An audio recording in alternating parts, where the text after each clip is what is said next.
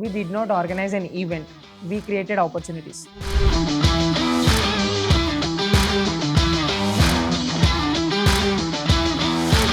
నేను మీకు ఇవాళ ఒక నా ఫెయిల్యూర్ స్టోరీ చెప్పబోతున్నాను.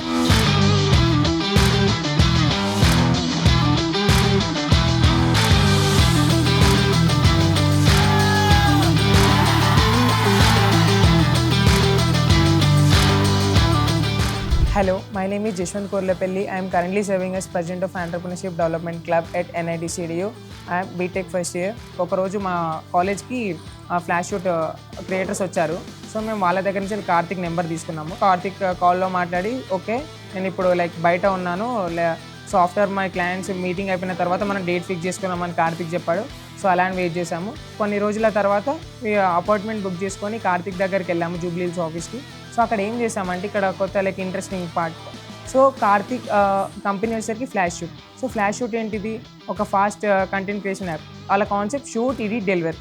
షూట్ చేసిన తర్వాత 10 minutesలో వాళ్ళు డెలివరీ చేయాలి. సో మేము ఏం చేసామంటే మేము ముందే ప్లాన్ చేసి మా క్యాంపస్లో ఉన్న టాప్ ఎడిటర్స్ అండ్ మా క్లబ్ మెంబర్స్ని విత్ 6 members మేము వెళ్ళాము. సో ఎలా స్క్రిప్ట్ చేసామంటే అన్నతోని కన్వర్సేషన్ అయ్యే మొత్తం వీడియో మేము విత్ ఇన్ అన్నతోని షేక్ అని చెప్పి బాయ్ అని వచ్చేలోపు అన్న వీడియో అన్నకి చూపిద్దామని మేము ప్లాన్ చేసుకున్నాం. సో అలాగానే మేము స్టార్టింగ్ వెళ్ళిన తర్వాత కార్తిక్ అన్నకి చూపించామన్నమాట.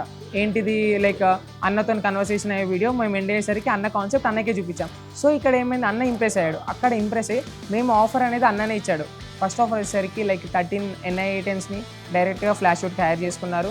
అదొక పెద్ద ఆపర్చునిటీ. సో ఇలాంటి ఆఫర్ అనేది ఫ్లాష్ షూట్ జనరీలో ఇప్పటివరకు కూడా ఒకరికి కూడా ఇవ్వలేదన్నమాట. సో ఫస్ట్ మన అన్న తరపునే ఇచ్చాము. మళ్ళీ తర్వాత మేము ఎంటర్ప్రెన్యూర్షిప్ స్టార్టప్స్ గురించి మాట్లాడుకుంటుంటే అన్నకి నచ్చి అన్న ఇంకొక ఆఫర్ ఇచ్చాడు. ఏంటిదంటే అది ఫ్యూచర్లో మీ క్యాంపస్కి వెళ్ళి ద బెస్ట్ స్టార్టప్కి నేను నా సెల్ఫ్ ఫండింగ్ ఇస్తాను అని చెప్పాడు. సో 2 major opportunities కార్తిక్ అన్ననే అతని సైడ్కి వెళ్ళి మాకు ఇచ్చాడు. So we are very happy for this. ఇలాంటి ఈవెంట్స్ అన్నీ చేసిన తర్వాత నాకు అర్థమైంది లీడర్షిప్ గురించి ఏంటంటే ఎలాంటి సిచ్యువేషన్స్ వచ్చినా దాన్ని ఓవర్కమ్ చేసుకుంటూ మనం బిల్డ్ చేస్తేనే we will be the real leader.